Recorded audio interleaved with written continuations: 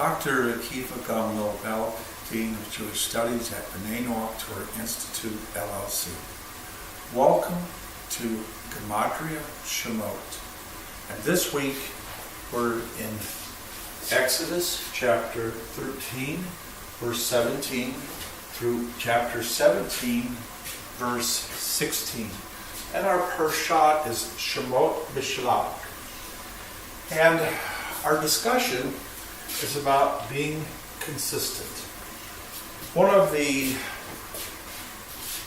great victories for the people of Israel was the parting of the Yam Suf, the parting of the Sea of Reeds, and how Moshe our teacher, led the people of Israel across the Sea of Reeds.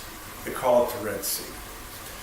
And as the people of Israel began to cross, they could of course feel the heat and the pressure from the onslaught of the army of Egypt and the Pharaoh of Egypt. They were coming to capture the people of Israel. It appeared like they were backed into a corner and had no way to escape, and they were quickly descending on them.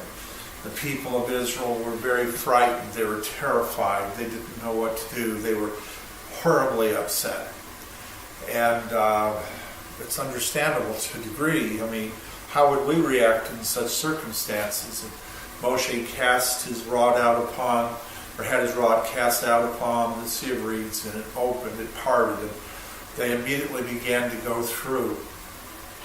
When the army approached, this powerful cloud came down between them, or this pillar of fire came down between them, and it held back the army. And as the people of Israel moved forward, eventually the army of Egypt followed into the Yam Suf, into the Red Sea. And when that last foot stepped out of the water, and all the people of Israel were safe on the other side, Hashem lifted that barrier, and the waters came crashing in on the soldiers and the horses and the chariots. And so we say the horse and rider thrown into the sea. They were all destroyed.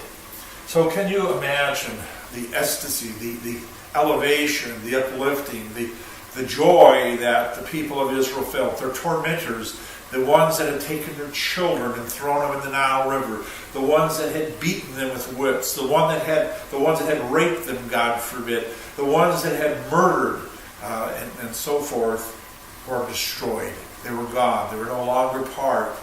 And so they were so elated. They sang this beautiful song, and they danced. Miriam pounded or shook the timbrel, and there was great joy and exuberance. Well, Bnei Yisrael was so elated, they went 3 days into the Bamidbar, into the wilderness, and they had no water. Their water supply exhausted, and they wanted water, and the people needed water, and they were desperate, and they had about 3 million people and millions of sheep and cows and cattle, and everyone was in need of water. And Moshe, they arrived at Marah, and they ran down to drink the water. The water was so pungent, it was so difficult that they couldn't drink it. It was bitter. So that brings us to our Gematria, Mara, 245, 40 and 205, 245. We recognize that when we are absent of the words of our Torah in our life for more than 3 days, we become people who have pungency. We're repulsive. God help us, please. And so husbands, wives, children, relatives, parents, we all need to have that refreshing You know, the Torah brings pureness into our soul and into our lives, and brings the filters out all those impurities in us, and helps keep us holy and in the right position and being consistent. We have the Torah to help us keep balance in our life, to help us keep perspective in our life, to help us try not to go overboard and do the things that we shouldn't, or slack off and fail to do the things that we should. Torah is there to help us have balance, consistency in our life. So, you know, dear ones, to a degree, it's understandable, such exuberance, such happiness. The people of Israel were just overwhelmed with the joy of having their tormentors, their oppressors, their naggers, the people that had been so mean to them, eliminated, annihilated. So there was exuberance, and it's understandable. But they went 3 days without Torah. Dear ones, many, many years ago, up in the mountains of Colorado, me and 2 other individuals, one was my son, we went for a walk on Shabbat day. We were in a camper, and we were observing the Shabbat in the mountains, and the beauty of this wonderful mountain air and the stars at night, and the meadows and the pine trees, and it's just wonderful. And we went for a walk, and to make a long story short, we weren't expecting to go very far. You know, you can't carry water because it's Shabbat. You're not supposed to carry on Shabbat. And so we walked and we walked and we walked, and we have a name for that walk. It's called the 9-mile walk. We don't know how far we walked, but it was a very long time, and it was a very long walk, and we're so tired and so exhausted, so thankful to find the main road.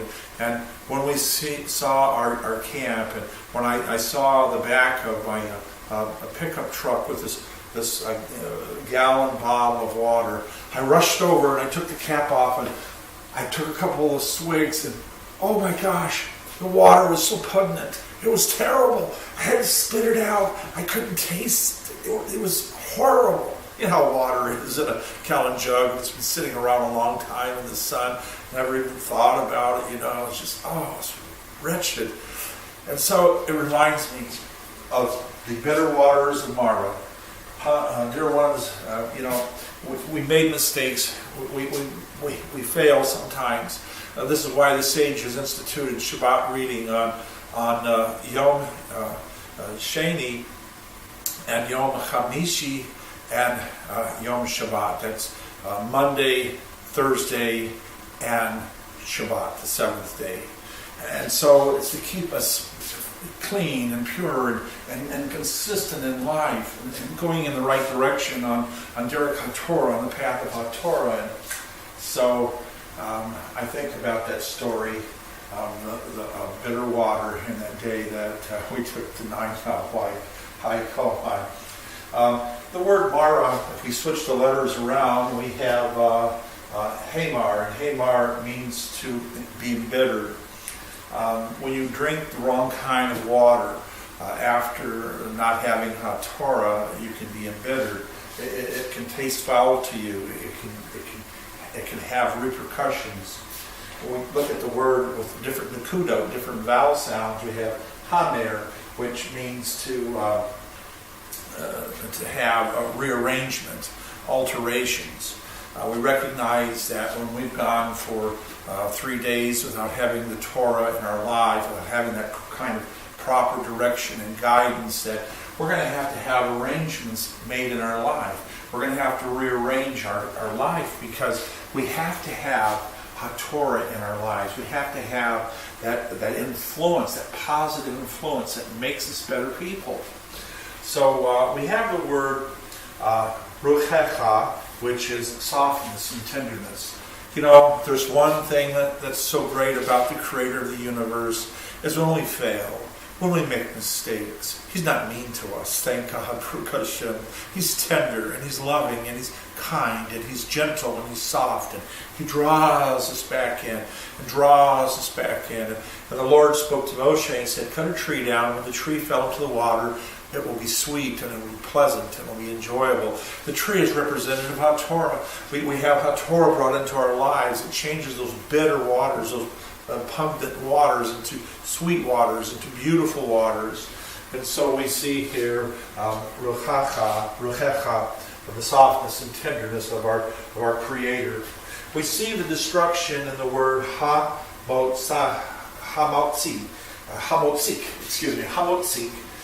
which is the oppressor, the nagger, the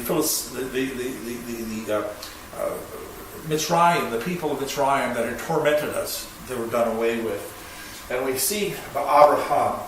The word Abraham is also the Gematria of 245. It's through the patriarch Abraham. And if we do like Abraham did, if we put our faith in God like Abraham did, if we follow God as Abraham did, if we put our trust in God like Abraham did, we're going to be okay. We're going to be all right. Thank you for joining with me. And folks, remember that we use the mystical signs of the Torah revealed in Exodus as our textbook. Please don't forget to pick a copy up. We can't cover all of the subject in our short video. Thank you.